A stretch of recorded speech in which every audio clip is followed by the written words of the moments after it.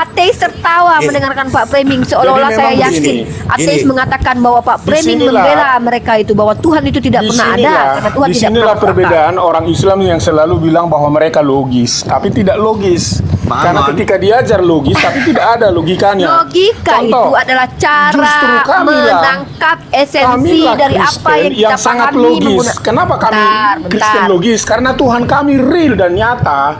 Transenden itu adalah menyatakan awal tidak logis. Lalu Tetapi ketika Bapak dia gimana? memperkenalkan dirinya imanen, itulah yang disebut dengan logis. Logisnya Bapak di mana? Bapak itu sebuah yang tidak logis, tapi ketika dia jadi firman dari manusia itulah logis. Artinya Allah kami logis. Berarti Bapak tidak logis, tapi Yesus logis. Kalau kalian kan Allahnya logis juga enggak, tidak logis juga enggak, logis juga enggak. Ini yang menentang logika di Tuhan pada saat bersamaan tidak logis. Tapi pemahamannya udah lewat dari batas tidak logis. Karena justru karena tidak logis itulah maka kami jadi logis. Gini, logika itu logisnya di mana? Karena logos itu mengambil rupa menjadi manusia, itulah Yesus logisnya. Pemilik logos bisa nggak jadi manusia? Saya tanya. Bapak itulah manusia nggak? Itulah logis itu. Saya tanya, ketika logos bisa logis, maka pemilik logos bisa nggak logis?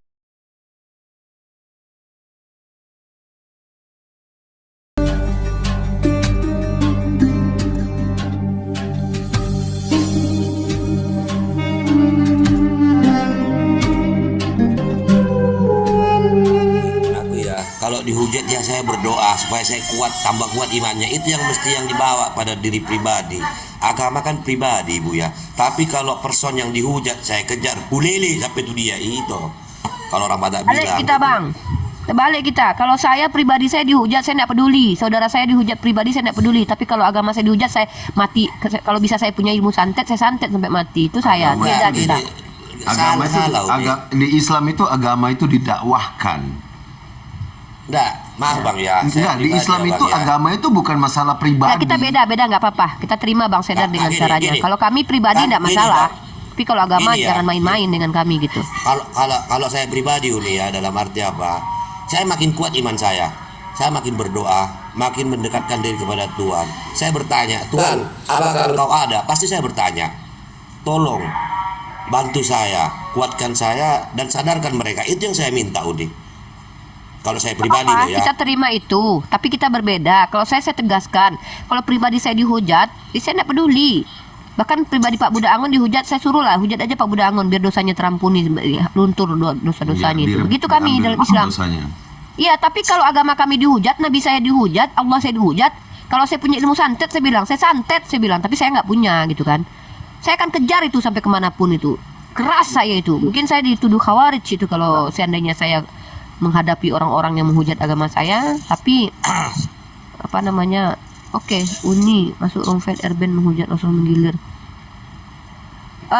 Gini. Saya tuh tadi sepakat banget sama yang disampaikan Bang Ucok ya.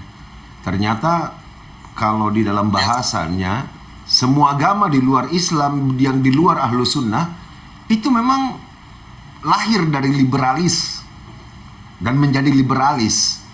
Dan hari ini musuh paling nyata itu liberalis. Dan yang keinginan mereka itu adalah meliberaliskan orang-orang yang Islam gitu loh. Iya, betul. Dan mengatakan liberalisme dalam Islam apaan? Tidak ada itu. liberalis. Tetapi mereka menggiring itu. Nah ini penyakit yang paling besar sebenarnya. Jadi dengan mengatakan bahwa orang-orang yang berdebat begini ya. Pak Abi, maaf teman-teman di bawah, saya tadi sudah coba naik ke roomnya Fed, tapi nggak dinaikin. Memang mereka sengaja untuk kunci Bunda Korla saja, tapi biarlah itu urusan Bunda Korla dan kawan-kawan di situ. Ya. Ya, kalau lanjut. Mereka mulai itu dengan gencaran-gencaran yang kita dengar. Tetapi yang saya agak heran itu ketika teman-teman kita itu termakan ketika mengatakan bahwa ini para debaters bikin ini, bikin ini, lalu kemudian yang nyapu kotorannya itu yang ini.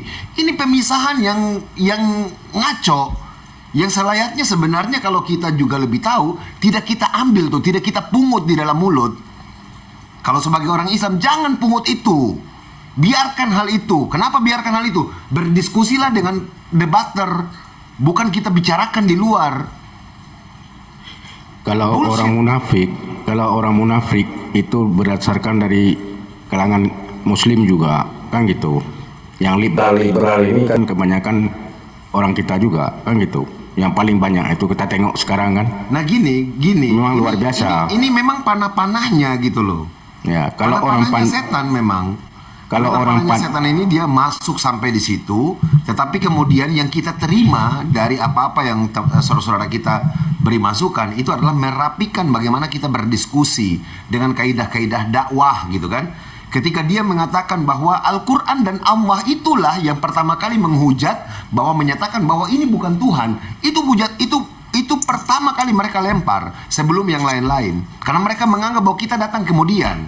Nah itu dijawab lalu didakwahkan dengan menyampaikan ayat. Tetapi Karena kemudian begini. kita tidak perlu perang dengan kasar, tetapi di hal-hal tertentu kita tegakkan dengan kalimat-kalimat dengan intonasi-intonasi yang baik. Itu saja sebenarnya. Kita nggak harus terpengaruh dengan adanya masuk itu debat itu semua salah begini. Itu kacau juga gitu loh. Karena begini, ini kan semuanya kan diciptakan seperti Panji Gumilang, Panji yang hilang itu kan berapa ribu kan gitu. Apalagi di Indonesia ini ada Ahmadiyah, ada Syiah, ada agama Mandai, kan semua mengaku Islam. Ya. Jadi masuk ke ruang Muslim akan diguling-guling gitu, diputar-putar kan gitu. Iblis kan gitu. Saya juga sepakat banget bahwa orang agama lain manapun kalau ketika cuman berdebat dengan orang Islam itu sejatinya sudah profesor secara logika. Karena memang nyata gampang sekali itu. Nah, makanya kadang-kadang ada beberapa teman-teman bilang kalau mau debat dengan orang selain Islam jangan bicara tentang ketuhanan. Ketuhanan itu urusan masing-masing. Ya itu berarti nggak debat. Justru kamu satu-satunya berdebat dengan mereka, yaitu bicara ketuhanan. Mereka kekacauannya di situ, dan itu bab pertama dalam Pancasila ini kan. Ini aja itu nggak ada masalah. Waalaikumsalam warahmatullahi wabarakatuh. Ini baru-baru ini datang lagi ulama-ulama Syiah ke Indonesia menjumpai NU. Kan untuk mempertahankan posisi Syiah di Indonesia. Begini Bang Abi, bukan masalah jangan terganggu kita ini gitu. Dengan munculnya para penghujat-penghujat ini, berapa banyak umat muslim yang tersakiti dan mereka nggak ikut dalam perdebatan itu gitu. Itu yang kita yang khawatirkan gitu. Jangan jadi gara-gara kita menjadi asbab gara-gara itu gitu. Itu kan sebagai dosa jahiliyah bagi kita gitu. Bagi kita yang ikut berdebat itu gitu. Itu yang saya khawatirkan. Bukan lihat, saya kalau melarang saya memang nggak ada kuasa untuk melarang kita itu. Kita sepakat. Tapi kita lihat dong, apakah para debaters ini nggak bisa mengeluarkan hujah yang kita lihat selama ini? Apakah benar tidak ada hujah, tidak ada yang ditegakkan oleh para debater ini? Apakah tidak ada? Kan omong kosong. Kalau kita lihat di menit kesekian saja, ya oke, memang kita hanya datang lihat di menit sekian. Ya tahu juga dong, yang kamu main ini media sosial. Kalau kamu tidak ikuti dari awal ya bermasalah. Nah kita sekarang rapi-rapi deh. Seperti yang tadi Uni bilang. Kalau kita mau debat, oke, kamu mau kapan? Besok kamu tahu ya, temanya ini. Itu baik. Supaya kau belajar dulu itu. Karena besok kita akan bahas ini dari jam sekian sampai jam sekian. Itu lebih baik buat itu. Tapi kalau saya tidak harus buka open cam, enggak harus. Kenapa? Di Islam itu masalah video itu juga bermasalah. Ada yang punya pemahaman itu. Saya nggak mau, saya sudah mati, video saya masih tersebar mukanya. Jadi nggak harus itu. Biar nggak jadi penghujatan. Artinya jadi penghujatan. Kita ngaturnya yang harus baik. Penghujatan ini sudah pasti ada dari mereka. Iya, dari mereka lah ya cerita ini, bukan dari kita kan gitu. Maka masalahnya kita jawab. Maka hanya kita jawab saja. Kita jawab saja, kita luruskan saja. Orang-orang yang mendengar di bawah dia harus sadar bahwa dia sedang main di medsos, bukan dia baru muncul terus dia dengar hujatan langsung dia bilang, oh itu gara-gara kamu jadi hujatan. Padahal dia hanya lihat 3 menit. Beda orang yang tidak ada ilmu yang di bawah ini jadi rancau. Padahal artinya mau tidak mau ya, medsos ini mau tidak mau giring kita di arena yang seperti ini. Begitu loh. Jadi dewasa juga dengan hal ini. Saya gini bang, kalau memang Nabi dihujat sama Allah dihujat, saya lebih bagus masuk 5 tahun daripada macam ini. Ini pikiran orang bodoh misalnya, kan gitu. Jadi mengambil sikap yang sependek itu. Ini yang jadi masalah nanti. Masalahnya, kalau kita yang tinggi ilmu, udahlah oke. Kan gitu. Misalnya kalau orang yang panik-panik yang Teman-teman, ini rendah-rendah. saya bukan sedang marah-marahan dengan saudara saya. Memang, Ya, maksudnya memang kan saya gitu saya pendapat. dengan intonasi yang apa? Intonasi yang semangat ini. Artinya nggak ada masalah. Kita tidak sedang berperang. Kita tidak sedang marah-marah. Abang-abang, saya mau nanya dong bang. Sebenarnya saya lihat di ada beberapa comal yang isinya diskusi, dialog atau debat lintas agama. Nah, cuma yang saya bingung ini sebenarnya maksud dan tujuannya apa? Apakah maksud dan tujuannya ingin memberikan edukasi bagi kedua pemeluk agama, atau berharap ingin memberikan hidayah lewat debat? Nah, kalau memang tujuannya ingin memberi hidayah lewat debat, saya cuma ingin mengingatkan bang, kalau hidayah itu milik Allah bang, dan hidayah itu Betul. nggak cuma lewat debat, kadang-kadang lewat akhlak, kadang-kadang dengan cara yang sangat sederhana gitu. Jadi mungkin maksudnya baik gitu, ingin memberi hidayah, tapi akhirnya kita jadi lupa bahwa nggak mungkin kita bisa memberikan hidayah lewat debat bang. Di zaman Nabi kan juga macam-macam kan, ada paman Nabi. Kan cuma lewat debat bang.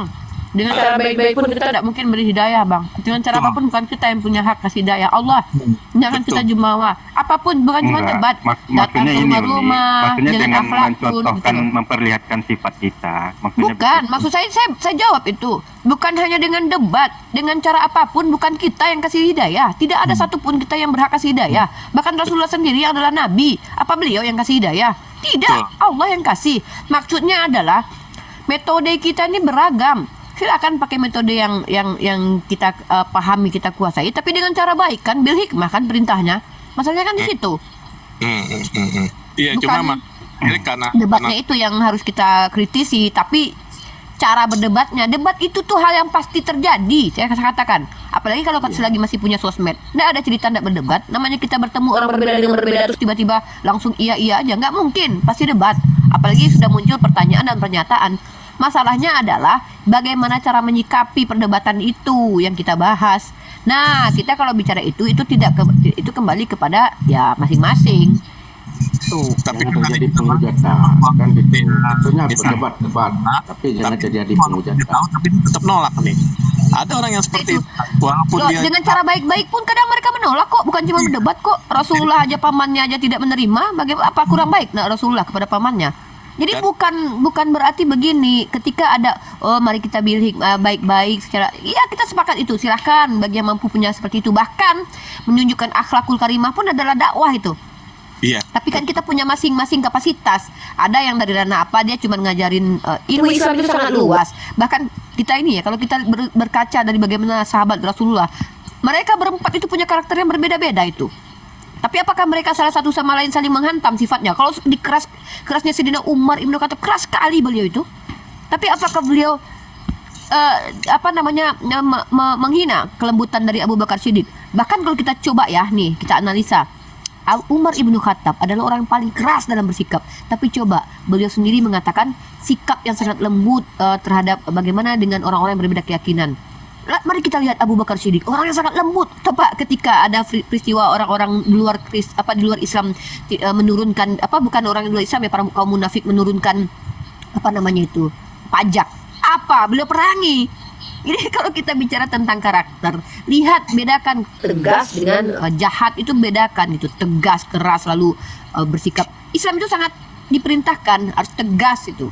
Saya sempat sangat tegas dimusuhi orang. Ketika saya berlemah lembut, yang terjadi itu cuman fitnah. Apa? Orang menyangka bahwa saya ini akrab dengan si ini, si itu, kemudian bertukar akidah. Fitnah pada akhirnya. Memang harus tegas umat Islam itu. Uni, Kalau tegas itu pasti ada berbantah-bantahan. pertanyaan gini, kita Muslim semua, kita pasti sepakat nih, berdebat itu punya kecenderungan mengeraskan hati kan? Yes, Benar kan? betul. Nah, sekarang saya mau nanya. Saya Kristen bang, saya Kristen bang, saya Kristen. Iya. Sekarang saya mau nanya buat yang Muslim, kira-kira nyanyi-nyanyi, gosip-gosip ketawa-ketawa tanpa ada kejelasan bicara apa, mengeraskan hati atau melempar hati ke laut. Apalagi itu. Tapi itu nggak bisa dijadikan justifikasi Pak, bahwa debat itu jadi lebih baik bila dibandingkan dengan nyanyi-nyanyi. Nah, Bro, itu yang saya maksud. Artinya masalah lebih baik itu adanya di mana? Ya, Adanya di betul. mana? Kita memperbaiki kaidahnya untuk kita berdiskusi agama, ya. Kalau saya datang ke dalam ranah ini maunya belajar. Jadi saya lebih banyak duduk dengan saudara-saudara muslim saya, bahkan saya berdebat dengan saudara muslim saya. Untuk apa? Untuk menggali hasanah keilmuan. Tetapi ketika ada datang orang di luar agama saya nggak akan bicara barang lain. Kamu nyembah siapa? Tuhan yang mana? Itu aja juga. Nah, orang yang mendengar ini juga jangan terbawa dengan seluruh nafsunya gitu loh. Bahwa dia juga harus tahu bahwa kalau cuma kepentingan kita bikin room nyanyi-nyanyi saja. Nyanyi itu seruling setan. Ada dalam Al-Quran juga. Dalam agama ini, banyak agama ini juga mengatakan ketidakbolehannya. Tapi bisa dijustifikasi Pak. Yang tepat itu debat debat yang mengeras. Seperti apa sih debat yang mengeraskan Gini hati? loh Pak Abdullah, kalau boleh Ini saya potong kita ya. maunya, Segala sesuatu punya konsekuensi, Pak. Bahkan Itu saya katakan, maksudnya. Rasulullah itu berperang itu. Kalau saya pastikan, saya berkali-kali bilang ini. Saya sangat pastikan Rasulullah adalah orang yang paling tidak mau berperang. Tapi beliau bisa enggak menghindari peperangan? Enggak bisa, karena beliau diperangi. Loh, ketika Bukan, kita maksud diperangi saya- secara akidah, bentar dulu. Kita bicara konteksnya perdebatan loh Pak. Kita tidak generalisir. Kita pilah-pilah itu. Saya sudah katakan dari awal. Perdebatan itu adalah konsekuensi yang tidak bisa kita hindari terkadang. Tapi kita bisa, yang kita lakukan adalah tidak menjadi asbab berdebatnya orang. Atau tidak menjadi asbab orang menghujat. Tidak menghujat duluan, itu kan yang coba kita ke diri masing-masing tanamkan. Saya pribadi ya, saya tidak bisa memperbaiki orang ya. Tapi ketika berdebat itu konsekuensi, maksudnya begini Bang. Dan ingat juga yang diperdebatkan apa. Contoh, saya sama Bang Sedar ini lagi diskusi. Bang Sedar itu lagi bilang begini, saya Islam Tuhan saya adalah satu. Nah, kemudian Bang Sedar bilang, oh Tuhan saya juga satu. Muncul pertanyaan dari saya nanti, dari mana Bang Sedar bisa bilang Tuhannya satu sementara begini dan begini. Lalu dia jelaskan tuh, penjelasan itu yang bisa saya debat nanti. Itu yang pertama ya, itu masih akademis tuh, tidak boleh dikatakan itu sebagai sesuatu yang jahat. Kemudian yang kedua, ketika Bang Sedar bilang begini, oh Nabi Muhammad itu orang yang sangat tidak toleransi karena dia memerangi bla bla. Itu wajib saya debat itu. Nggak mungkin saya terima itu, saya win-win solution ada di situ itu. Pasti saya debat. Artinya gini loh Bang, hakimi juga. Enggak, bentar. Saya nggak mau generalisir terjadi ya. Seolah-olah perdebatan itu hal yang sangat buruk begitu loh. Nggak begini Uni, sebenarnya kan kita yang mungkin ada secara pribadi kritis itu sebenarnya kan apa yang kita lihat secara fakta terjadi gitu kan dengan perdebatan ini gitu. Karena kalau saya dulu mengikuti perdebatan itu mungkin dari eranya Ahmad Didat saya ikutin gitu kan, Mandidat. Tapi mereka lebih banyak menjawab gitu. Terus saya akhirnya mengetahui ada juga perdebatan Muslim Kristennya di YouTube, saya nonton sampai ada yang 5 jam gitu kan. Nah, tapi saya lihat di situ 90% itu malah kebanyakan membahas tentang kitab mereka gitu.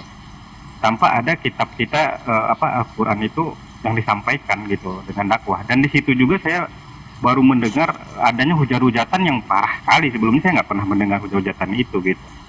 Terus Ya, muncul lagi di TikTok gitu kan. Nah di Bang, TikTok ini Bang, lebih kalau parah itu- lagi, betul Bang Abi. Iya, Lebih artinya parahnya sepakat lagi kita. begini, jadi mereka sengaja menunggu agama lain itu untuk datang ke roomnya gitu. Kayak dipancing, ditantang lah gitu kan. Malah kita yang muslim pun naik ditolak. Apakah Ya, itu ya. bagian dari dakwah? Itu kan bukan. Ya, itu Iya bukan kan? jelas tuh. Kalau di Eropa Nah, dia itu Ini Bang Abi, saya sama lagi, saya Abdul, Bang Abdullah. Bang Abi benar. Ya. Puncaknya semalam Bang Abi, puncaknya semalam. Mereka di room itu roomnya peduli muslim semua saya. Mereka tertawa di situ Bang Abi. Mereka menertawakan apa yang terjadi, misalnya mereka mengalahkan ini gitu. Itu sedih hati saya gitu. Maksudnya hujat-hujatan ini seolah mereka abaikan gitu. Mereka malah bangga dengan menyerang ini gitu. Asli saya sedih semangat itu semalam. Nah itu artinya berarti Bang, saya sepakat dengan itu. Kita membahas kaidah daripada diskusi, kan begitu ya. Kaidah diskusi itu lebih penting. Kaidah dakwah itu apa? Nah, kita bahasnya itu, tetapi bukan kemudian kita bilang, oh nggak boleh semua secara frontal juga. Akhirnya apa? Wacana kita untuk memperbaiki kaidah dakwah, ya, itu tidak ada, gitu ya. Tapi kalau kita lebih fokus membicarakan bagaimana sih kaidah dakwah, apapun itu ayat saya satu kali pun kamu harus diam untuk mendengar, kan begitu? Bahkan ketika kita berbicara bareng gitu ya, harus kita pokokkan. Misalnya kita bicara agama dia, tetapi kita harus langsung di situ ada hujah daripada agama kita. Itu penting, karena menurut saya yang paling penting kita bicarakan adalah kaidah, caranya. Tapi kalau kita di luar daripada konsep itu, maka saya mau ingatkan lagi, itu panah-panah tumpulnya liberalis sehingga membuat kita tidak lagi membicarakan dalil-dalil dalam ayat Al-Quran. Kita menggunakan logika untuk paparkan seluruh ini, semua kita anggap dengan logika. Nah, itu juga keliru. Padahal logika dalam agama kita itu sangat sejalan. Logikanya orang akal sehat itu sudah diletakkan kepada ajaran Islam, kan begitu. Jadi kita kadang-kadang ini orang-orang liberal ini dia datang lalu bilang, nggak usah bicara ini, kita bicara yang logika aja, nggak usah bawa dalil. Padahal kita perlu bawa dalil supaya kita kena dengan itu yang namanya dakwah. Itu kalau kita bicara itu kita enak, semua kita mau bicara itu. Artinya apa? Kita mau memperbaiki menjadi hari-hari lebih baik. Tapi saya juga benar mau bilang bahwa panah-panah tumpulnya liberal itu sangat kencang. Saya setuju. Tidak sadar kita kena itu. Memang secara diam-diam memang liberal ini makin berkembang gitu. Ya. Apa kita sadari seperti ateis liberal ini gitu. karena dibentuk oleh satu institusi kan gitu. Saya sih setuju dengan Ustadz Adi. Memang dibentuk. Setuju dengan Ustadz Adi menyatakan barusan itu terkait dengan kita memakai logika. Kita memikirkan lagi, jangan sampai kita menafsirkan Al-Quran memakai logika, karena ini sangat fatal. Bisa-bisa jadi seperti zaitun atau apa itu. Zaitun itu bahaya sekali, itu bisa liar. Kita harus memahami Al-Quran dengan ada guru dan kajian tafsir yang bagus. Jangan sampai kita ini yang awam sampai seperti itu. Takutnya inilah yang terjadi. Kami mewakili dan TikTok yang awam, monggo kita lihat, kita kaji, kita dengarkan. Kalau memang di situ ada komal yang menghujat, kita lari saja dari komal itu. Jangan sampai kita mendengarkan. Jujur saja, dalam hati ini sakit betul sakit. Kalau sampai kena Allah kita dihujat, Kanjeng Nabi kita dihujat, luar biasa. Darah kita mendidih. Ini kami sebenarnya TikTok masih awam, tapi kalau itu kami mendidih. Kami merasa seperti ada di dunia awam-awam dan kalau itu seperti itu. Makanya saya memohon kepada koman-koman yang seperti kajian Islam ini, kasihlah pencerahan yang adem, kita semuanya sama-sama belajar, menambah ilmu seperti itu. Mungkin seperti tadi Umi Rifa dan yang lain. Ini komal-komal yang bikin hati kita adem. Kalau ada penghujat, kasihlah ruang yang penghujat itu untuk diskusi. Mana yang lebih bagus kajiannya, dalil-dalilnya, seperti itu aja mungkin dari saya.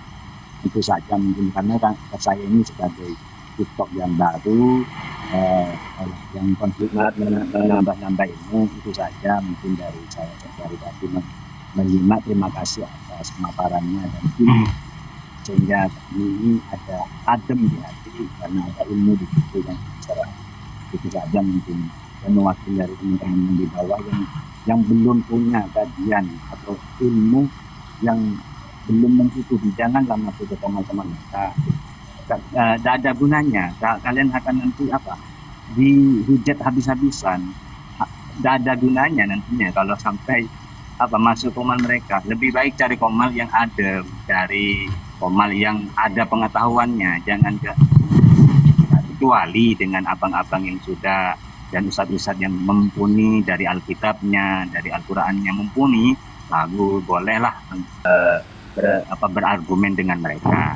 Kami penikmat pengetahuan, ini senang kalau ada yang seperti ini, biar meluruskan. Saya sering bilang juga kepada mereka-mereka, tolong jangan mencampur adukkan kalau tidak mampu menafsirkan Al-Quran dengan ilmu tafsir yang bagus.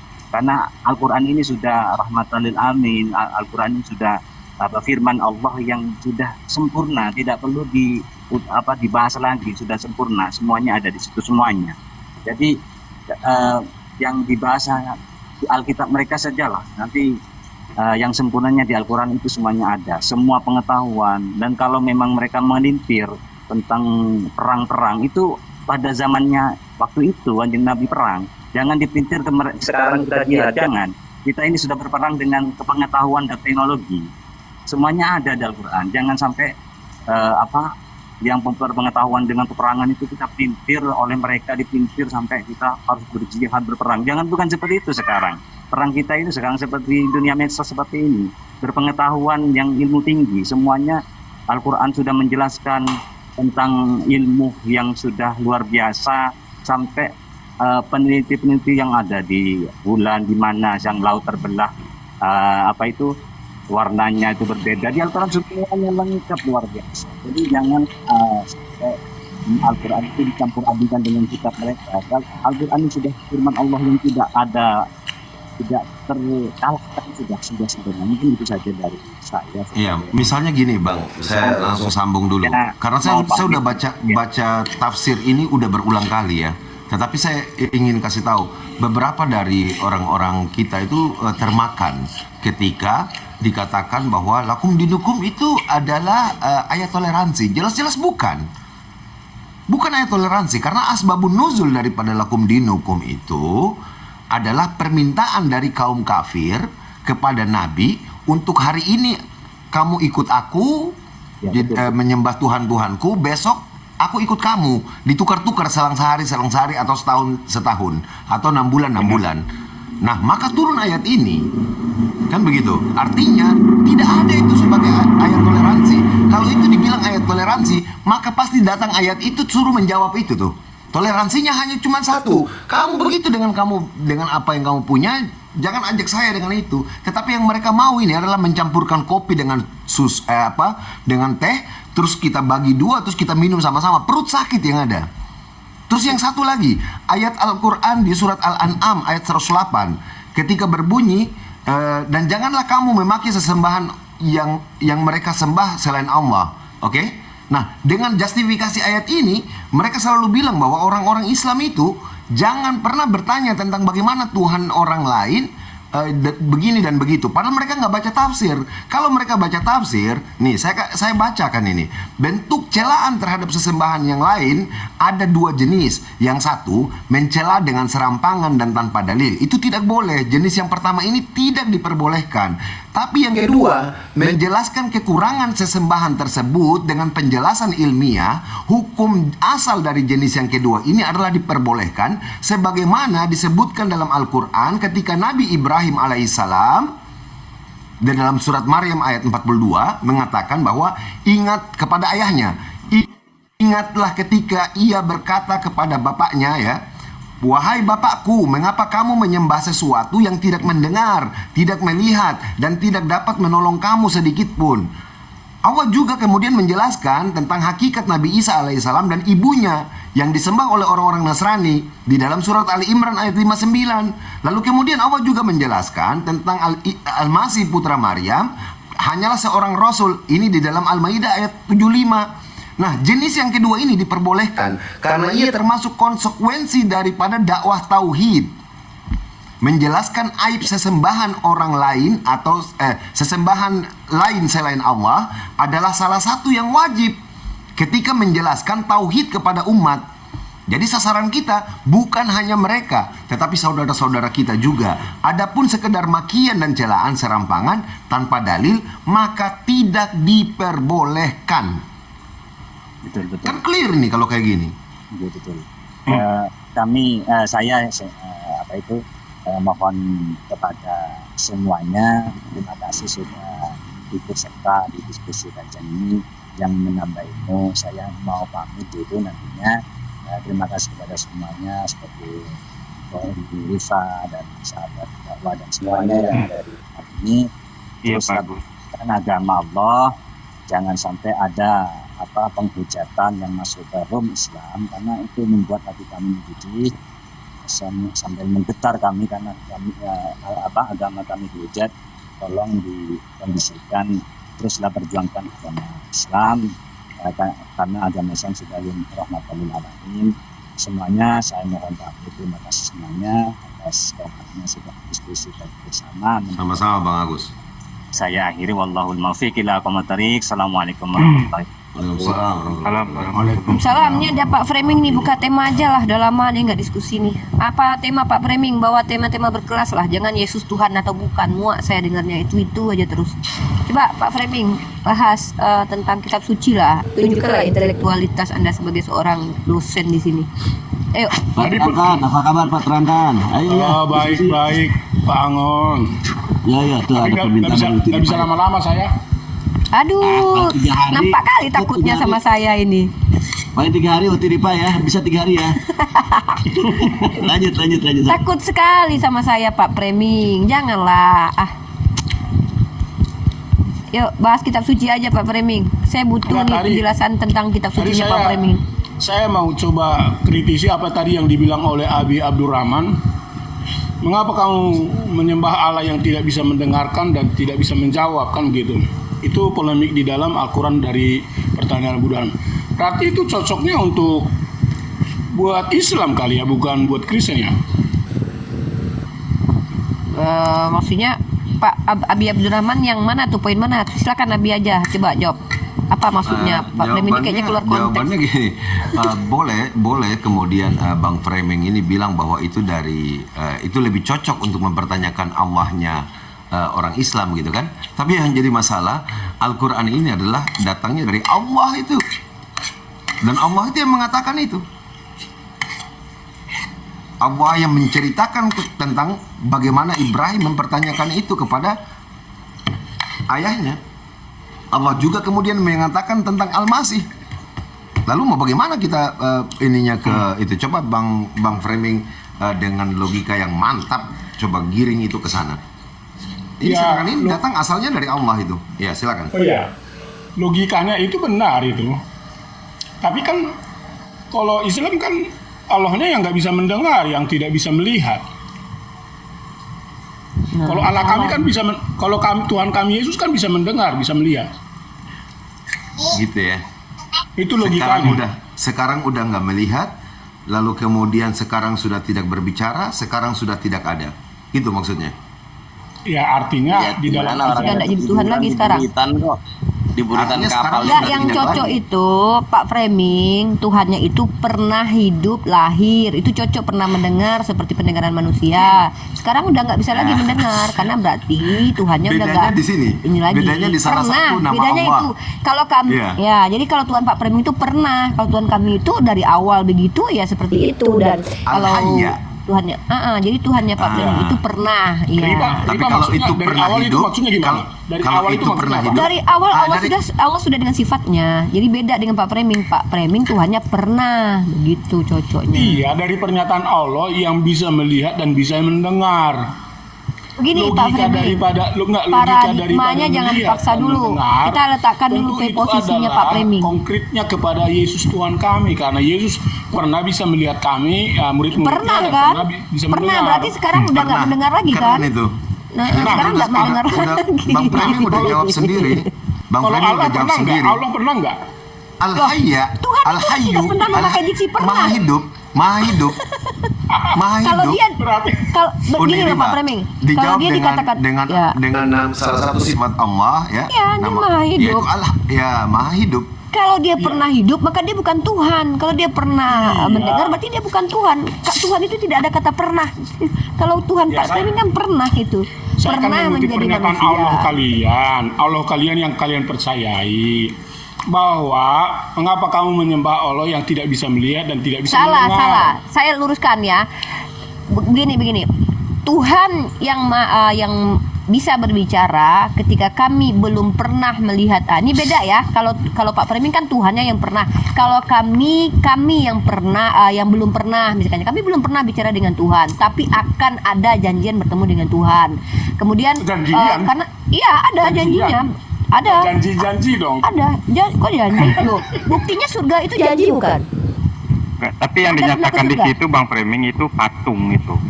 Enggak, iya tadi Abi Abdurrahman tuh bicara tentang patung, tapi dia membawa ke Tuhan. Ya kita enggak apa-apa, kita layani. Jadi begini ya, logikanya saya dengan Abi Abdurrahman tadi, kita terima Pak Framing yang punya Tuhan pernah mendengar. Dalam istilah ketuhanan tidak ada kata pernah. Kalau Tuhan itu dikatakan pernah, maka itu bukan Tuhan lagi. Apakah ada sifat Tuhan yang sementara begitu? Mengerikan sekali punya Tuhan seperti ini. Nah itu, ya kami punya Tuhan yang memiliki sifat, tapi kami yang belum mampu untuk mendengar, belum mampu untuk melihat. Orang gini loh Pak Framing, kalau Pak Framing belum bisa melihat planet Mars, jangan katakan kalau planet Mars itu tidak ada gitu loh. Jadi Pak Framing itu sekarang sedang membenarkan ateis. Saya bingung Pak Framing. Sebentar dulu.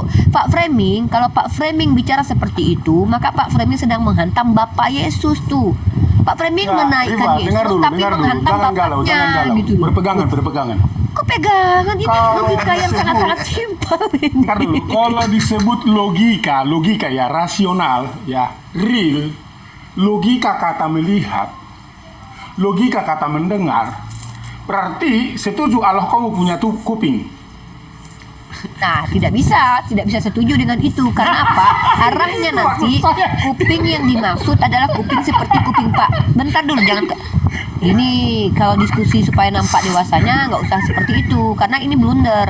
Kalau maksud Pak Framing adalah Tuhan dengan kuping yang ada kotoran di dalamnya, makanya saya tidak mau sepakat karena Pak Framing bisa melihat selama ini yang namanya kuping pasti ada kotoran di dalamnya, ada bulu-bulu di samping-samping kuping itu. Itu yang saya tidak bisa terima. Karena Yesus itu loh, Pak Framing, kalau kita bicara tentang bisa melihat. Gimana sih? Ini satu-satu bang. Jadi Bang Framing punya pengetahuan tentang mendengar ya. Itu adalah kuping gitu kan. Yang seperti punya Pak Framing. Nah, saya mau tanya nih. Saya mau nanya, kupingnya komputer itu di mana Pak Framing? Mirip nggak sama punya Pak Framing? Sedangkan saya bisa berbicara, memerintahkan komputer itu bekerja. Ya, kalau itu kan komputer, kita sudah enggak, saya nanya dulu. Saya nanya kupingnya di mana, apakah sama dengan punya Pak Framing? Ya, karena saya tidak tahu ada kupingnya komputer ya. Tapi komputer bisa mendengar tuh handphone Bapak. Bisa mendengar, kalau Bapak letakkan itu bisa bicara itu Google gitu. Itu bukan mendengar. Aduh, masa sekolah kita tinggi-tinggi kita sebut komputer mendengar? Apa coba kalau tidak didengar komputer gimana coba? Ini handphone ini, saya bicara nih saya kedengeran nih suaranya, apa handphone saya punya kuping ini? Dia ngajar pakai logika, kita kasih paling standar. Logikanya begini. Kalau kita hanya untuk membela argumen kita bilang komputer punya kuping atau HP kita punya kuping. Ini logikanya udah ngaco. Logikanya gini, ada yang punya kuping ngaco tapi tidak bisa mendengar. Setiap yang mendengar punya kuping nggak? Coba deh logika-logika lain. Saya tanya, enggak. Ada yang punya kuping tapi tidak bisa mendengar. Tapi pertanyaan saya, setiap yang mendengar punya kuping atau enggak? Itu aja. Framing ini kan orang logika. Logika. Saya bertanya, coba tenang. Anda kan katanya paling logika. Ada orang yang punya kuping tapi kupingnya tidak bisa mendengar. Tapi apakah setiap yang bisa mendengar punya kuping? Jawab sudah. Intinya, kalau apa intinya? Dan melihat, apa intinya? Pasti ada matanya, ada telinganya. Saya bertanya. Oke, kalau begitu Bang Framing harus dengar ini. Coba silakan setelah ini sampaikan apa yang serupa dengan yang ada pada Tuhannya Pak Framing ya.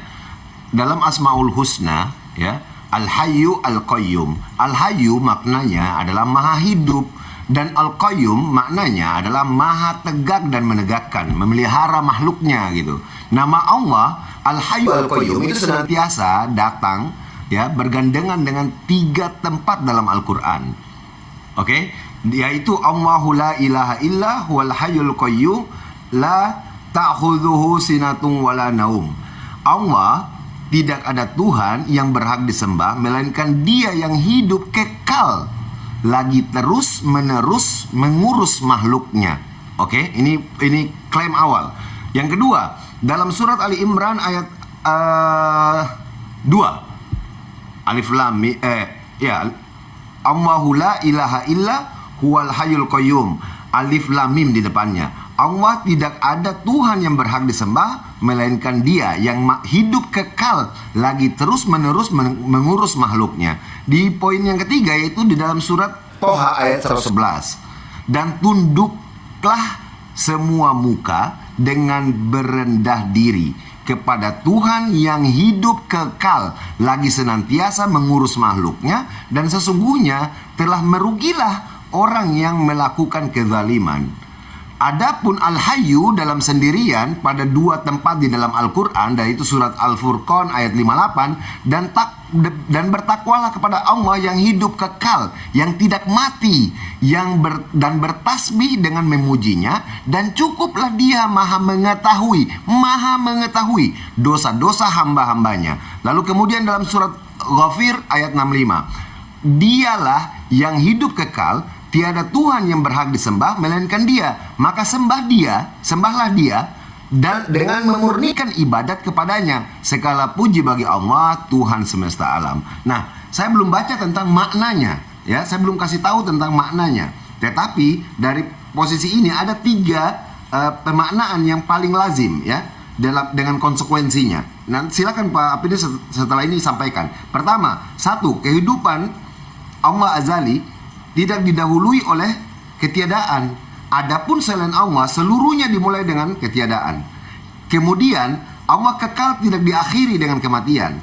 Yang ketiga, kehidupan Allah itu sempurna. Kesempurnaan kehidupan Allah berkonsekuensi bahwa Allah memiliki sifat lazimiyah atau zatiyah yang sempurna. Sifat zatiyah seperti melihat, mendengar, ilmu, iradah, qudrah, dan lain-lain. Kesimpulannya, sebagaimana yang disebutkan oleh Ibnu Katsir rahimahullah, bahwa semua zat zatiyah Allah kembali pada nama Allah yaitu Al-Hayyu. Nah, sekarang silakan Pak Framing mau memberikan paparan klaim lebih awal sebelum segala macamnya datangnya dari Tuhannya, lalu kemudian berkonsekuensi apa kita mau dengar. Silakan. Ya, jadi begini. Terlalu jauh sebenarnya, tapi nggak apa-apa untuk mencoba membangun sebuah paradigma kalian untuk memotivasi diri dalam menjawab. Tapi saya seorang yang sangat logis dan rasional, jauh lebih kepada bagaimana kalian mengejawantahkan, menerjemahkan, mendefinisikan secara konkret Allah kalian itu mendengar dan melihat itu bagaimana. Itu yang perlu kalian sampaikan. Ya kalau bisa ambil referensi contoh-contohnya kepada siapa dan bagaimana. Kalau itu nanti di kami berjubel itu datanya. Nah, tetapi di dalam definisi ini kalian belum bisa menjelaskan. Kalian hanya bersifat Allah itu maha besar, Allah itu layak disembah. Ya siapa juga tahu, gitu loh. Contohnya Abi Abdurrahman ini. Oh, Abi Abdurrahman itu orang kaya. Oh, dia ganteng. Oh, dia tinggi dan sebagainya. Orang juga tahu. Tetapi kan bagaimana saya harus tahu bahwa dia itu punya telinga atau bagaimana dia bisa melihat? Itu yang harus saya ketahui dari pernyataan kalian. Kalau memang ada sebuah pemikiran rasional dan logis, itu yang lebih jauh diterangkan. Saya tidak terima penggiringan ini ya. Jadi kita jangan kemakan sama penggiringan dia bahwa Tuhan itu adalah logis. Anda bertentangan sekali dengan bapak-bapak gereja. Bahkan jangankan Tuhan Anda, konsep Tuhan Anda sendiri adalah misteri. Loh, Anda paksa Tuhan itu logis gitu lah. Bukan Tuhan kalau begitu. Tuhan kalau bisa dilogikakan berarti Anda sepakat dengan para ateis yang mengatakan Tuhan itu tidak ada karena tidak bisa dilogikakan. Ini gimana ini framing ini udah mengangkangnya agamanya sendiri nih. Sekali nih. Pak Hos, berarti yang mau naik itu. Pak Budangon, itu Syueb mau naik itu, Pak Budangon. Monitor, Pak. Berarti Uniriva ini udah lama berdialog, berdebat, belum paham pencerahan-pencerahan debater-debater Kristen tentang logika. Ya, berarti Tuhan Anda bisa dilogikakan begitu. logos dan Enggak, saya coba logos tanya dan dulu. logi. Pak Framing, kalau kita Logos hanya bicara dan tidak kata mau mendengarkan logos orang dan lain, tidak mengambil logika. poin orang lain, Anda sedang tidak berdiskusi dengan kami. Sabar dulu. Anda cerewet, sedang cerewet. Diam dulu cerewet. Loh, Diam dulu. Anda yang menunjukkan kecerewetan Anda di sini. Ketika saya melemparkan topik dan poin, Anda lari-lari. Tadi kita bahas bahwa Ya. dari tadi saya diam. Ketika Anda sudah mulai nyerocos, nggak bisa. Oh ya udah, Ini saya bukan kasih kamu. forum Silakan, tempat silakan. debat. Saya kasih waktu. Nah, jadi Saya gini kasih ya. waktu kamu. Si Framing ini sudah menjadi ateis sebenarnya, ini sudah mengangkangi imannya. Dia lupa bahwa Tuhannya itu ada imanen, ada transendennya. Bahkan kalau kita bicara dia Trinitas, dia bukan oneness, maka dia sepakat ada Tuhan yang tidak bisa nampak sama sekali itu. Bapa itu.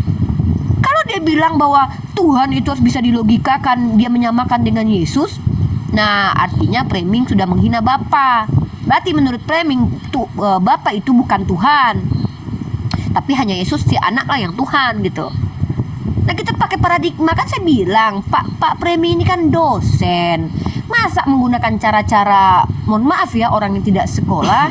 Tadi mengajak tentang logika, saya menolak Tuhan itu dilogikakan.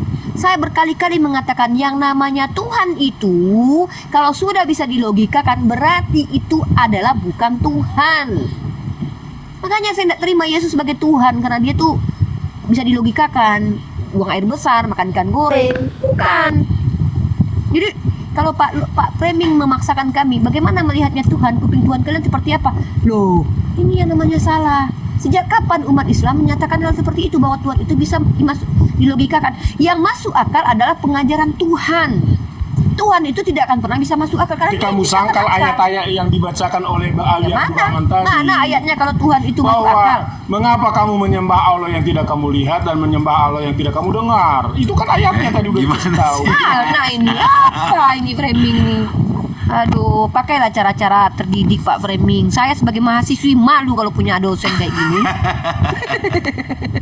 Ya masa dia reposisinya? Selamat pagi. Ya pagi. Ya, saya malu sekali. Ateis tertawa mendengarkan Pak Framing seolah-olah Jadi saya memang yakin. begini. Ateis mengatakan bahwa Pak Framing membela mereka itu, bahwa Tuhan itu tidak pernah ada karena Tuhan tidak Disinilah pernah perbedaan orang Islam yang selalu bilang bahwa mereka logis, tapi tidak logis. Karena ketika diajar logis, tapi tidak ada logikanya. Logika Contoh, itu adalah cara justru kamilah- menangkap esensi kamilah dari apa Kristen yang kita sangat pahami. logis. Kenapa kami Kristen logis? Karena Tuhan kami real dan nyata.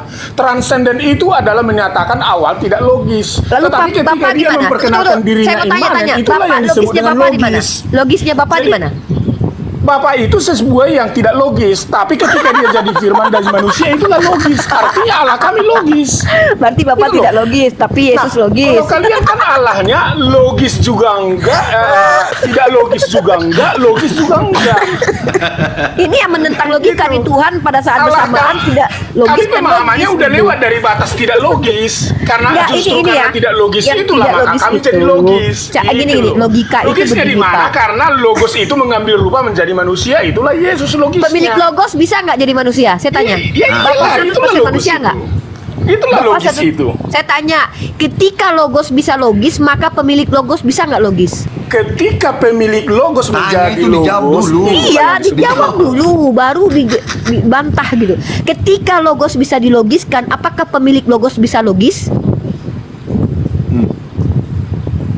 Nah kan, diam kan? Dosen kayak gini nih. Signal. Itu signal. Enggak, signalnya enggak ada apa-apa. Saya enggak lihat ada apa-apa. Logos ketika disebut logos, Saya itu tanya, artinya logis. ketika logos bisa menjadi logis, apakah Bapak pemilik logos bisa menjadi Ya, logis? kamu paham. Logos itu adalah Bapak sendiri. sebuah pengejawantahan dari logis. Takut kan jadi oneness kan? Kalau sama saya itu hanya dua. Orang Tritunggal dengan oneness akan langsung mengakui dia oneness atau bukan itu. Dia logis. Kalau tidak mengenal logos, tidak akan logis. Pertanyaan Karena saya, kamu tahu logos bisa logis, kalau nggak apakah ada pemilik logos? logos bisa logis? Itu sudah. Referensi Kalau daripada saya jawab, saya diam ya. Udah 3 kali saya jawab. logis Saya itulah bertanya ada 3 kali, apa, Anda dapat jawaban, saya diam. penjelasan Nggak daripada mau logis diusir. itu. Lanjut. Makanya Yesus disebut logos karena dia logis. Nah, kalau kamu logis enggak? Orang dia nggak pernah jadi logos ya nggak logis. Makanya kalian susah memahami Allah kalian. Coba sinyalnya tiba-tiba dihilangin dulu coba. Lah itulah kesalahan Bapak kalau mencampurkan konsep Bapak ya dibawa ke konsep kami yang nggak bakal nyambung. Sedangkan Yesus Christ sendiri pun mengatakan dalam Yohanes 5:37 itu ya bisa apa namanya? Host bisa perbesarkan layar saya? Oke, bisa, tenang aja.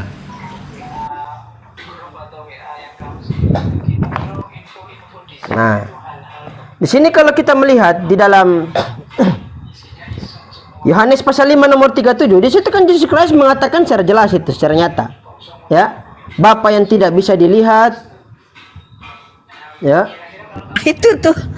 Itu maksudnya tuh. Kemana itu? Di sini ya, kita lihat ya. Dosen kita kayak gini, malu kita. Iya, dosen abal-abal. Aku malu kalau jadi murid dia, serius. Nah, bisa host pangan naikkan Bang Albi itu yang tulisan Jepang itu. Oh itu Bang. Yohanes 5:37 ya. Bapa yang mengutus aku, dialah yang bersaksi tentang aku. Kamu tidak pernah mendengar suaranya, rupanya pun tidak pernah kamu lihat. Dikatakan dalam original teksnya ya, Kaiho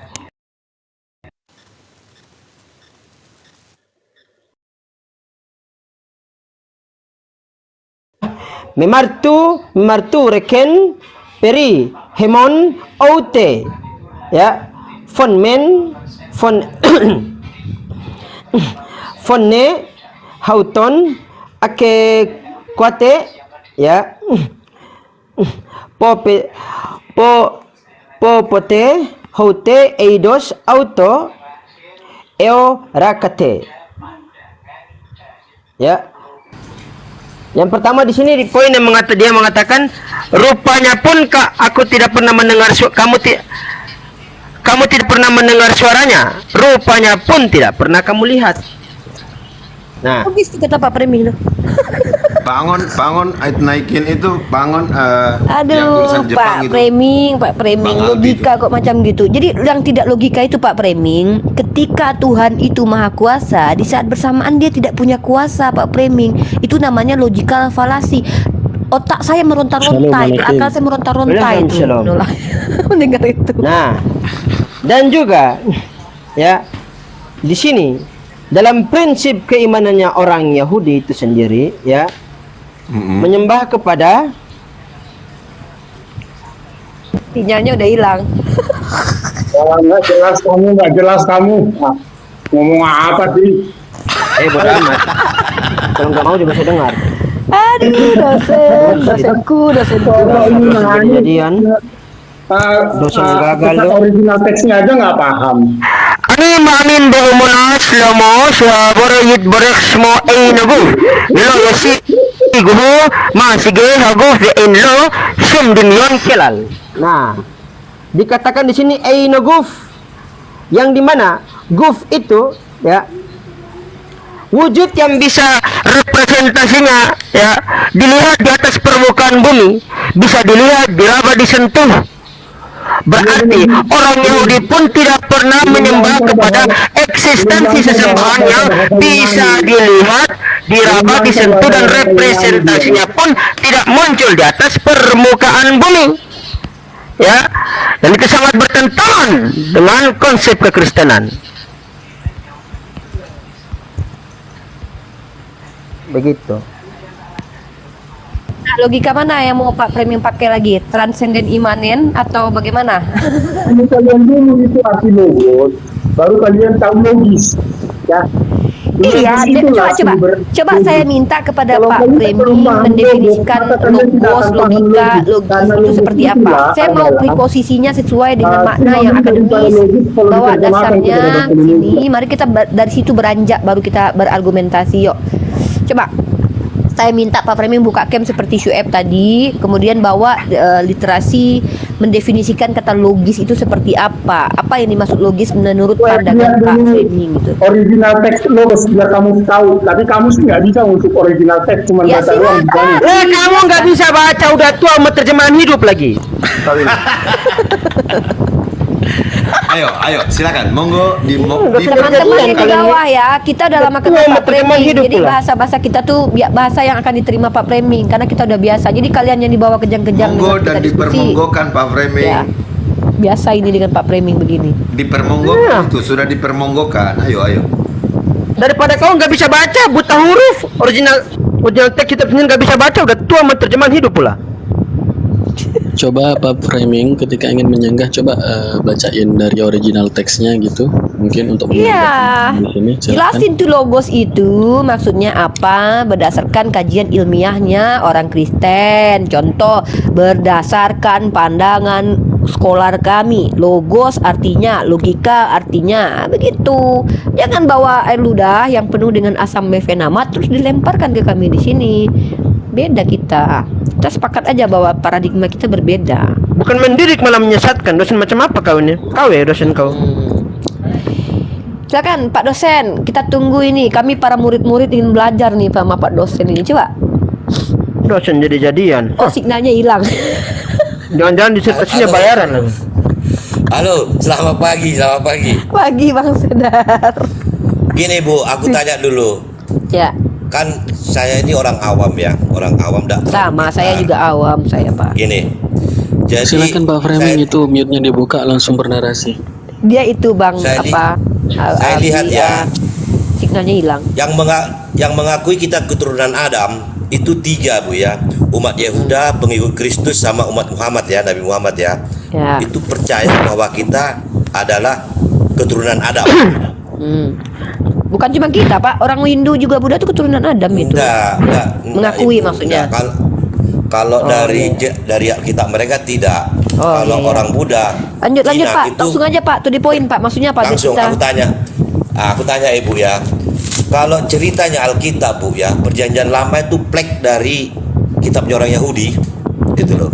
Lewat Perjanjian Lama punya orang Yahudi, bukan punya Kristen. Memang Bapak, saya akui itu. Gitu loh. Bagus kalau juga. Gini aku tanya, cerita Adam di Al-Quran ada nggak Ibu? Adalah surah Al-Baqarah. Bismillahirrahmanirrahim. Wa qala rabbuka lil malaikati inni ja'ilun fil ardi khalifah.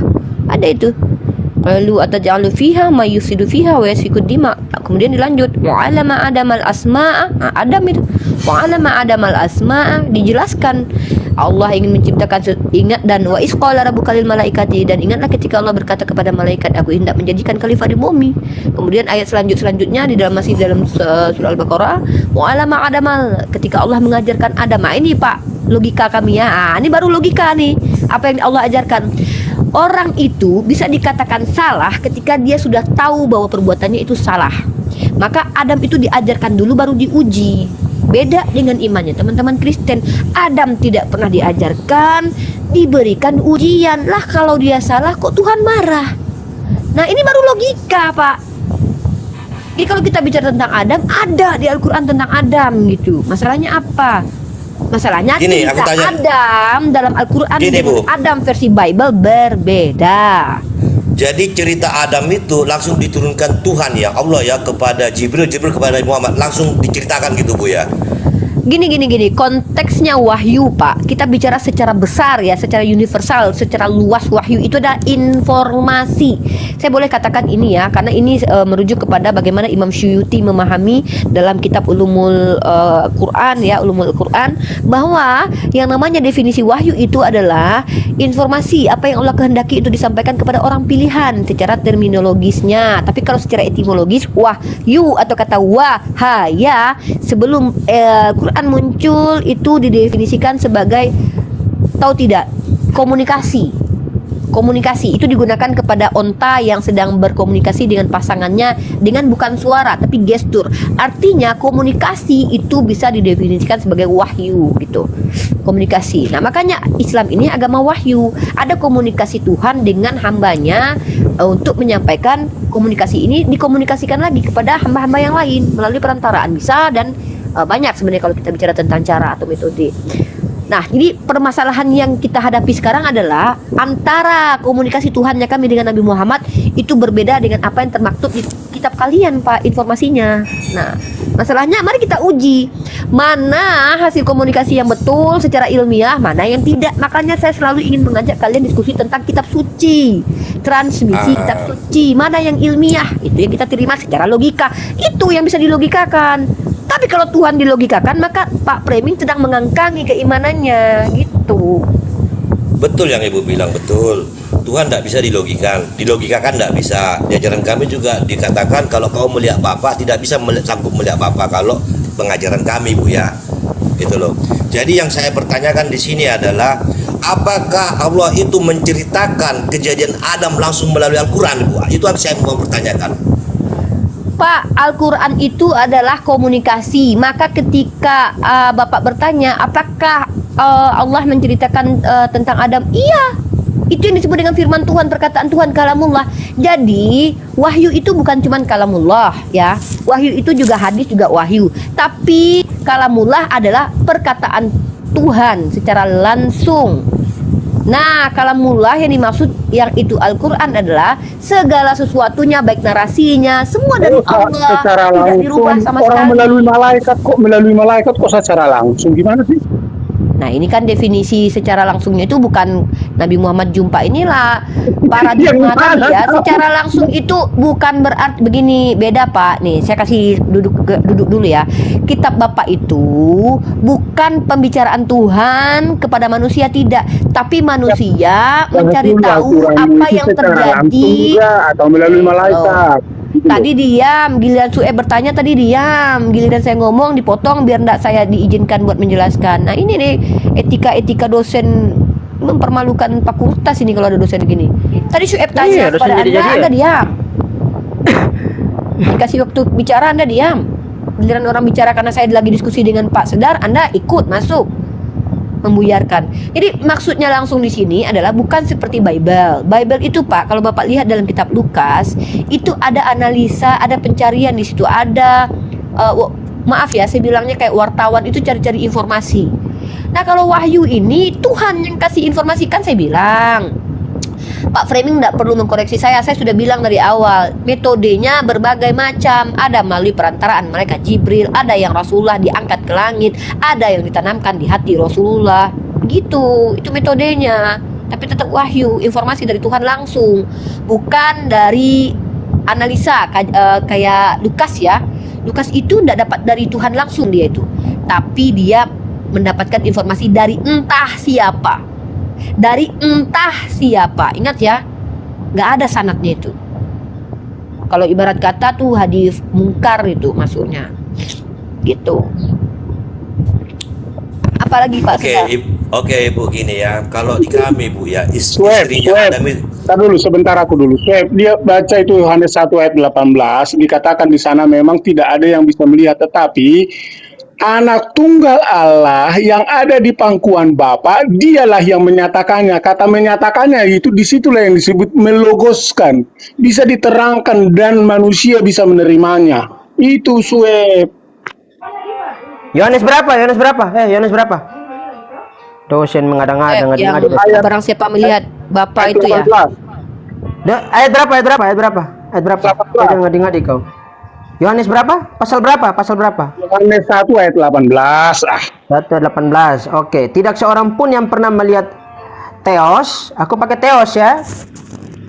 Tetapi anak tunggal Theos yang ada di pangkuan Bapa, dialah yang menyatakannya. Lah, tadi kan dia sudah menyatakan dalam Yohanes 5:37 tadi. Suaranya tidak pernah kalian dengar, rupanya pun tidak pernah kalian lihat. Jelas. Apa yang bertentangan di sini? Artinya, kalau manusia tidak pernah melihatnya, mendengar suaranya, tetapi anak tunggal Allah Bapa itu dia sudah menyatakannya supaya bisa dilihat manusia jadi logos, diterangkan. Nah, ini dia dosen blunder lagi, diterangkan logos saja blunder. Astaga. Aduh, dosen. Macam mana kali dosen ini? Kontekstual yang kamu bilang tidak ada seorang pun melihat dan mendengar, itu untuk konteks manusia, tetapi untuk Yesus dia ada dan bisa melihat dia itulah yang menjadi manusia. Berarti kalau lihat Yesus lihat Bapa gitu. Antar kalau Yesus makan ikan goreng, berarti Bapak makan ikan goreng gitu. Itu Bapak gitu, Bapak makan ikan goreng gitu. Pas Yesus mati, Bapak mati gitu. Ngadi dosen ini. Aduh. Berarti ketika Yesus itu enggak tahu hari kiamat, Bapak juga enggak tahu hari kiamat. Nah, itu dia. Nah, kita lihat dalam kata logos. Kita cari tahu kata logos ya. Logos. Ya, di sini. Nah. John 1:1. Nah, dikatakan expressing the thoughts of the Father through the Spirit. Mengungkapkan pikiran Bapa melalui Roh. Berarti logos ini merupakan sebuah pikiran atau sebuah imajinasinya Bapa melalui perantara Roh. Nah, menerangkan terkait pada Yohanes pasal 1 nomor yang ke-1 ya, dalam di sini kata, kita ambil sampelnya aja ya.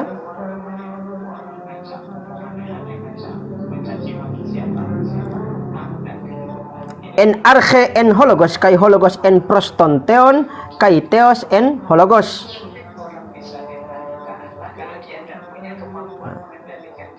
Dosen ngadi-ngadi, dosen cuma asal nge-rap kayak Eminem. Mendingan jadi rap aja. Aduh, dosen kalau abal-abal kayak gini, gua setrum palanya benar. Dosen kok kita nggak tahu. Dosen kita tadi nggak tahu, kita nggak tahu lihat mana dosen, mana tukang tambal ban. Pergi dia bang, sudah. Tunggu, enggak, tunggu dulu, gua mau terangkan. Masalah Tuhan nggak ada habisnya bang. Kalau Jangan ketakutan kayak gitulah. Gimana sih? bukan, saya nggak tahu. Inseveral. Mau tanyakan Text in the writing of John Hologos denotes the essential word of God. Dalam beberapa bagian dalam tulisan Yohanes, Hologos menunjukkan perkataan Theos ya, yang hakiki. Ini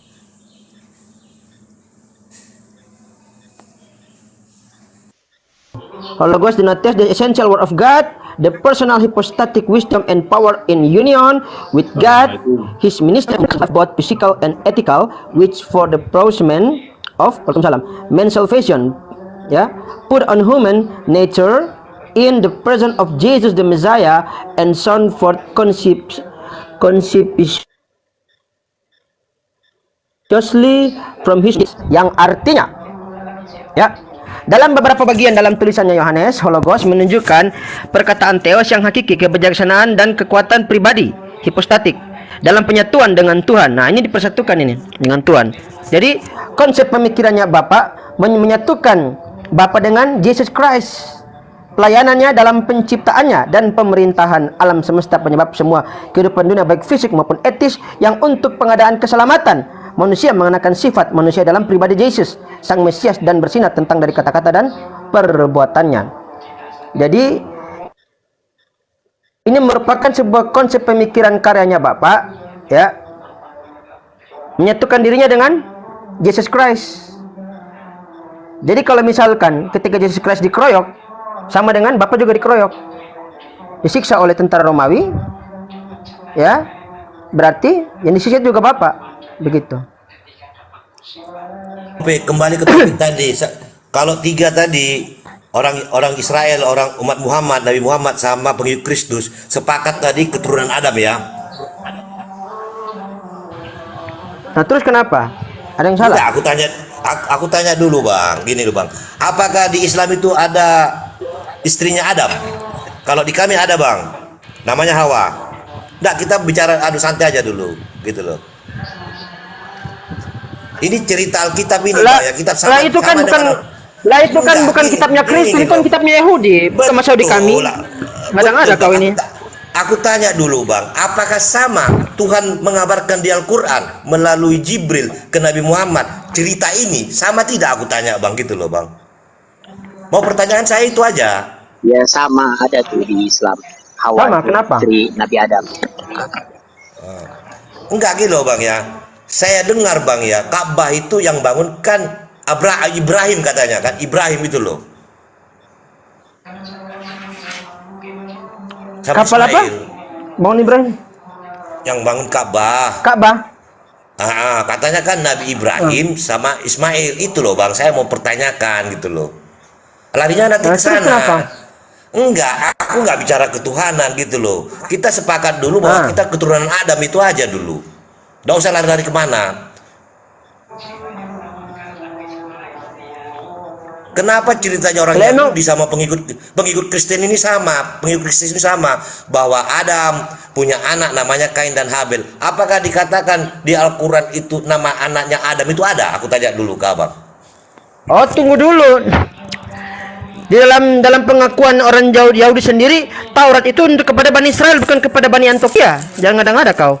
Betul Bang, betul. Dasarnya kami Bang ya, Alkitab ini berdasarkan kitab Yahudi Bang, kalau perjanjian lama ini. Makanya aku tanya, 3 pengikut besar ini tadi, 3 Bang ya, garis besar ya, 3 pengikut Israel, umat Nabi Muhammad. Kalau kami pengikut Kristus itu mengakui sama-sama keturunan Adam. Itu yang mau saya tanyakan, apakah sama ceritanya apa tidak gitu loh.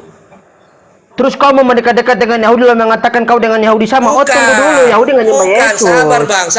Sabar. Kejadian ini Bang, perjanjian lama itu tuh mutlak dari kitabnya orang Yahudi Bang. Aku nggak bilang itu milik orang Kristen, tidak, pengikut Kristen tidak. Terus? Yang saya mau tanyakan, apakah sama nama anaknya, namanya Adam Hawa itu namanya di sini Bang ya, di sini Kain dan Habel, sama. Itu loh, itu sama namanya, Kain dan Habel juga. Istrinya sama. Itu yang mau saya tanyakan gitu loh. Apakah Tuhan menjelaskan kalau di kami Bang ya, dia makan, kalau kalau Hawa ini diciptakan di dunia Bang. Kalau di Islam kan aku nggak tahu di mana gitu loh. Adam itu diciptakan di dunia Bang kalau kami. Menurut cerita orang Yahudi. Bang Albi mau terangkan dari sisi Al-Qur'annya? Iya, Abang terangkan sisi Al-Quran. Saya mau tanya itu, bukannya Abang apakah Allah itu menceritakan semua kejadian-kejadian dulu? Kalau ini enggak Bang ya, ini Musa yang nulis. Musa. Awal penciptaan. Saya bantu Kang Soeb sedikit biar dia buat. Silakan. Oke ya. Jadi masalah penciptaan Adam itu memang ada di kitab-kitab samawi. Baik itu Taurat, Injil maupun Al-Qur'an. Tapi di Al-Quran tentang penciptaan Adam itu lengkap dijelaskan. Itu ketika Allah dia berfirman kepada para malaikat, ini ja'ilun fil ardi khalifah. Sesungguhnya aku ingin menciptakan seorang khalifah. Khalifah itu adalah seorang yang diamanahi untuk mengelola bumi, di mana udah Allah persiapkan memimpin di bumi, mengelola bumi ini dengan perintah-perintah Tuhan, aturan-aturan yang Allah tetapkan.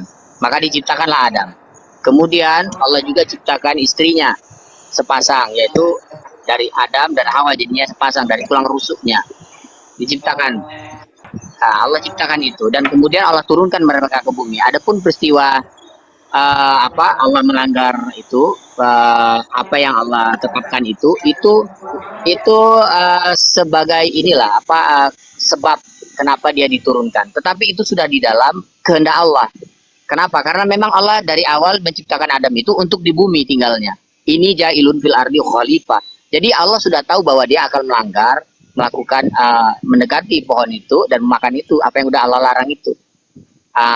Ini sudah dalam ilmu pengetahuan Allah. Kemudian Allah turunkan dan berketurunan beranak pinak sampai hidup di muka bumi ini. Tapi sebelum dia diturunkan juga Allah bekali dengan ilmu pengetahuan. Ketika Allah Allah ajarkan nama-nama benda semua kepada Adam. Adam bisa mengetahuinya, menjawabnya dengan baik, sehingga semua makhluk di situ, khususnya malaikat dan iblis itu menjadi kagum, bahkan iblis menjadi iri kepada Adam. Itu sudah jelaskan dalam Al-Quran Bang. Ya mungkin segitu. Lanjut Kang Soeb. Kalau di kami Bang ya, Adam tidak pernah di sorga. Jelas dan nyata di kitab ini, aku bilang ya, jelas. Jadi kalau dia jatuh ke dalam dosa, itu gara-gara perbuatan ular kalau ceritanya di kami di sini. Melalui iblis yang melakukan, tapi melalui ular yang memakan buah kelakuan baik dan kelakuan benar. Itu yang dikatakan di Alkitab kami. Lanjut Bang ya, lanjut kepada Nuh. Apakah ada cerita juga di Al-Quran tentang Nabi Nuh Bang? Ada.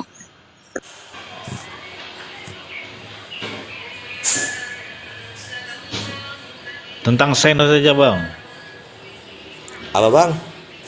Tentang sen aja di Ayub 26:11 itu kan Bang, gini berbunyinya loh, Bang ya. Aku bilang langit.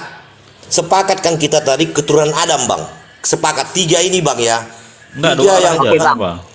Kalau tentang Nabi Nuh, itu ada satu surat di dalam Al-Quran yang khusus menceritakan tentang Nabi Nuh. Surat Nuh namanya. Ada. Lengkap. Saya boleh tanya nggak nih ke siapa nih? Sedar ini. Sedar, Di Bang, Ayub, Sedar. di Ayub 26:11 itu kan ada bunyi tiang langit itu.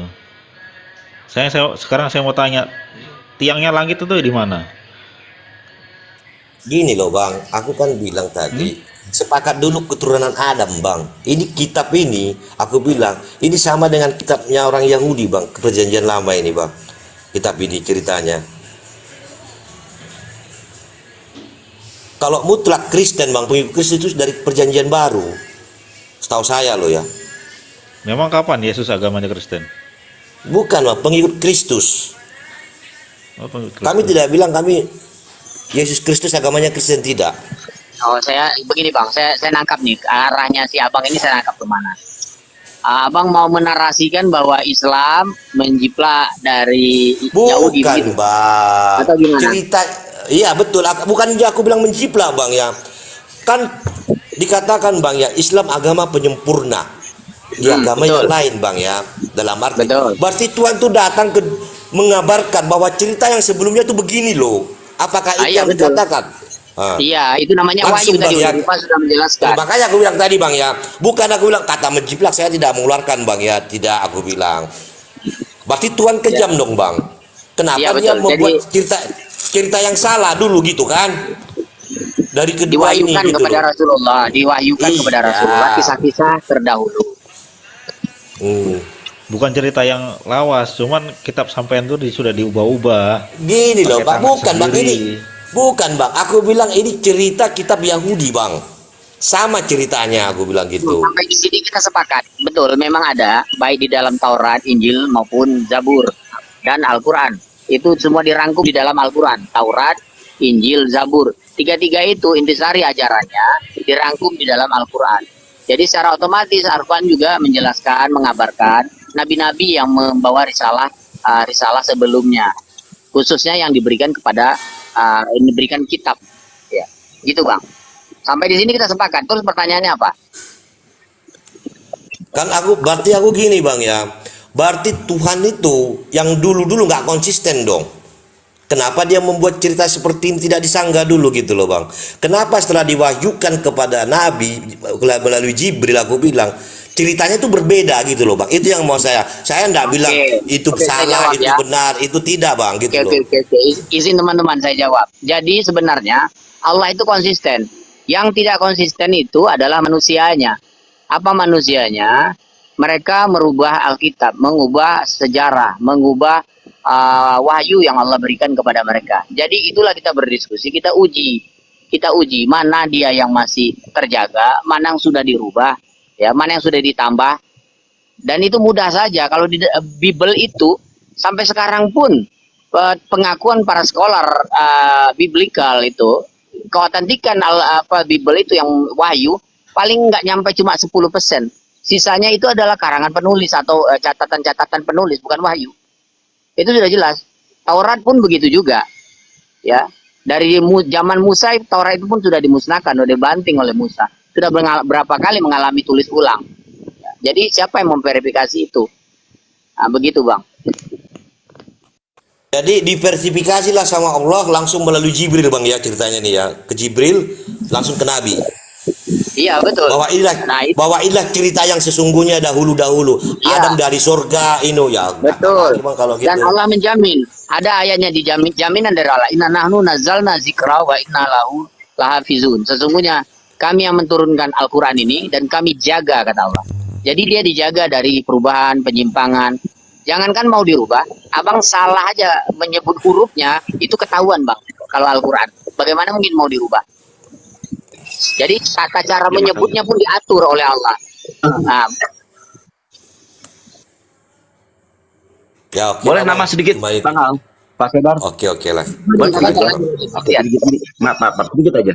Jadi gini Pak Sedar, ketika kita membahas sesuatu yang kita tidak hadir pada zaman itu, katakanlah sejarah, emang kita nggak bisa memastikan. Jangan mentang-mentang, maaf ya, Bapak punya suatu kitab yang jadi rujukan Bapak, dan kami punya Quran sebagai rujukan. Mari kita sama-sama sadar bahwa kita tidak ada pada zaman itu, tidak hadir pada zaman itu. Kan gitu. Yang bisa kita yang bisa lihat atau yang bisa sungguhkan adalah apa yang tertulis kan. Nah, sementara kalau kami, Bapak, maaf ya, kami ini mendapat dari Allah. Nabi kami itu mendapat dari Allah. Siapa itu Allah? Di dalam Islam, Allah itu pemerintah atau yang memberikan perintah kepada nabi kami, juga yang memberikan perintah kepada para nabi sebelumnya. Nabi Musa, Nabi Ibrahim itu juga diperintah oleh Tuhan kami. Jadi yang datang kepada kami itu Allah gitu kan. Pemilik sejarah, pemilik kehidupan ini gitu. Ini maaf ya, mungkin kami agak kesana berpikirnya. Jadi kalau Bapak menjelaskan kepada kami bahwa di kitab Bapak, iya, sementara itu kan tulisan dari orang-orang yang tadi katakan bahwa itu apa saya katakanlah, ya nah penulis gimana sih Pak ya? Sementara datang itu seorang nabi, utusan Tuhan, dan Tuhan sendiri yang menjelaskan. Yang harus saya garis bawahi adalah yang datang itu Tuhan, dan kita tidak ada pada tempat waktu itu. Kan gitu Pak. Jadi nggak bisa hari ini kita memastikan bahwa oh yang benar tuh gini dong karena begini, nggak bisa gitu. Nanti mungkin nanti ke depannya kita akan melihat bagaimana saya sepakat dengan Utiri Pak tadi ya. Andai kita dilanjut bagus tuh. Jadi kita cek dulu kitab suci kita ini dari mana nih sumbernya gitu.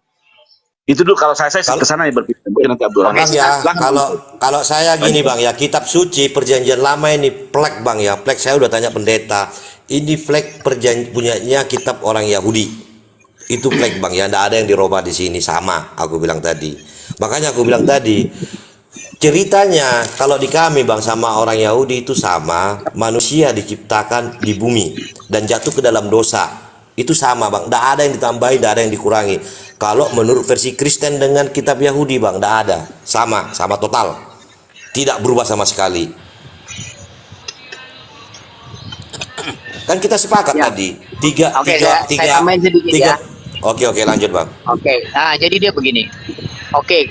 Jadi dalam kehidupan ini kita ini kan untuk menentukan kebenaran itu kan harus ada hujah, ya. Apa itu disebut hujah?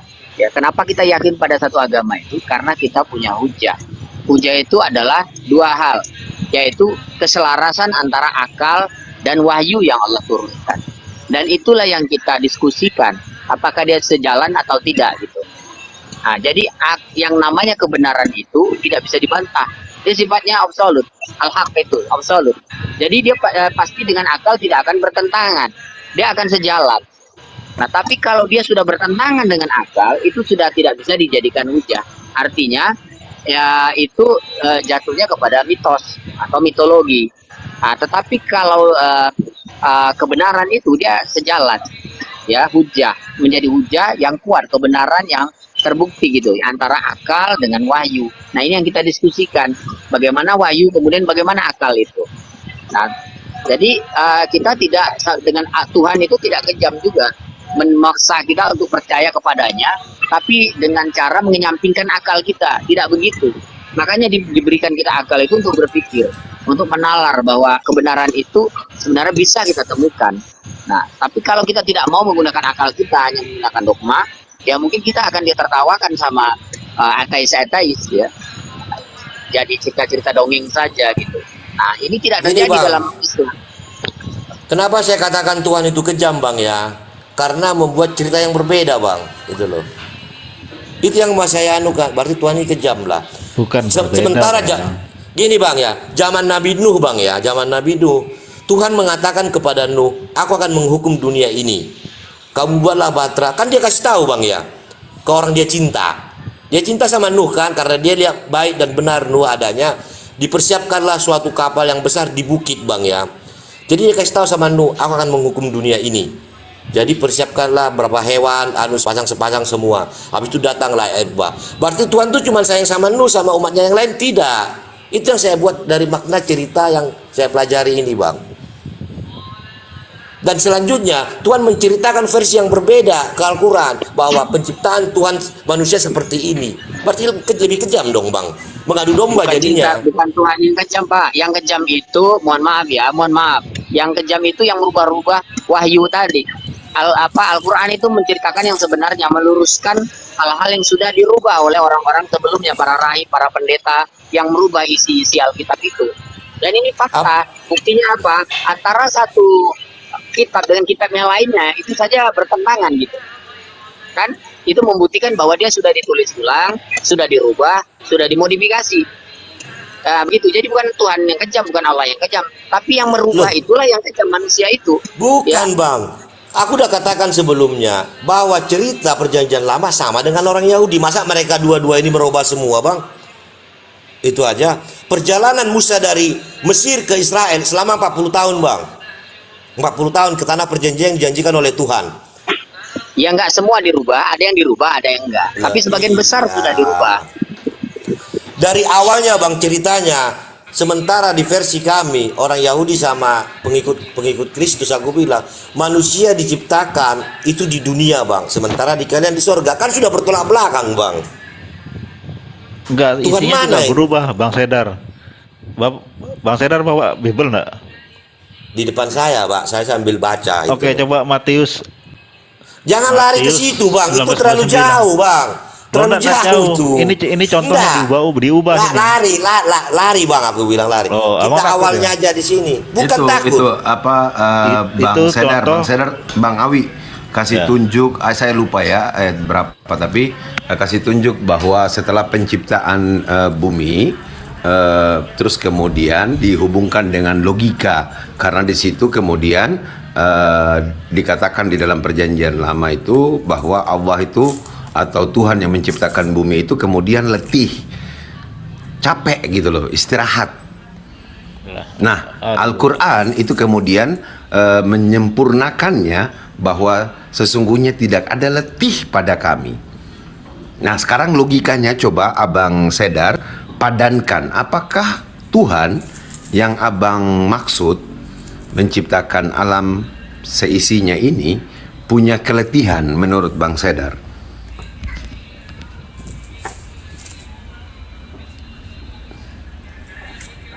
Sebentar, Bang, ya, saya baca dulu di sini ya, saya dulu.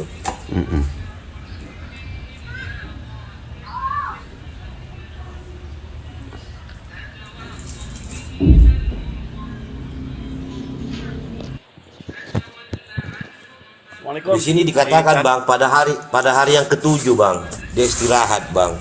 Istirahat ya? Ya. Ya, di dalam beberapa frase sebelum-sebelumnya letih, jadi istirahat itu berarti karena capek, letih. Nah, ayat Al-Quran datang dengan bunyi yang sama, lalu kemudian mengatakan bahwa sesungguhnya di belakang ayat tersebut disampaikan bahwa sesungguhnya tidak ada keletihan pada kami. Nah, sekarang logikanya Abang, apakah Tuhannya Abang butuh istirahat, Bang? Saya tidak bisa mendefinisikannya, Bang, ya. Makanya aku bilang tadi ceritanya. Nah, ini dia. Bang, aku bilang ya. Ini dia, Bang. Tunggu, saya kasih tahu dulu. Saya lanjutkan ya, bahwa itulah dia yang namanya tahrif, perubahan yang dilakukan, yang diberikan, yang kemudian dibuktikan oleh Al-Quran. Banyak terdapat perubahan-perubahan yang seperti itu. Ada yang modelnya begitu, ada yang hilang sama sekali, ada yang berpindah tempat, adanya bukan di perjanjian lama yang itu, tetapi adanya di kidung, adanya di ini, adanya di itu. Nah, ada lagi perubahan-perubahan yang banyak sekali. Ada yang tidak ada dan diada-adakan. Kematian Musa itu diceritakan, padahal juga mengatakan bahwa Musa yang menuliskannya. Lalu bagaimana kemudian orang yang mati menuliskan juga? Kan nggak masuk di kepala ini. Coba abang kita bicara di standar-standar aja. Bang, ya. Menurut tapi abang jawab dulu saya yang tadi. Sabar, menurut abang, apakah layak kata istirahat itu Tuhan sematkan bagi dirinya setelah menciptakan seisi alam ini, atau istirahat, letih? Saya belum baca tadi Bang ya. Inilah pada hari ketujuh dari berhentilah ia pada hari ketujuh dari segala pekerjaannya yang telah dibuatnya itu. Lalu Allah memberkati hari ketujuh itu dan mengkuduskannya. Bukan berhenti Bang ya. Abang baca, abang berhenti di sini. Aku ajarin abang Bukan ya. istirahat. Bukan istirahat. Abang, Berhenti. aku ajarin abang ya. Abang buka di Alkitab Sabda aja. Oke, di Alkitab Sabda itu ada banyak itu terjemahan tahun sekian,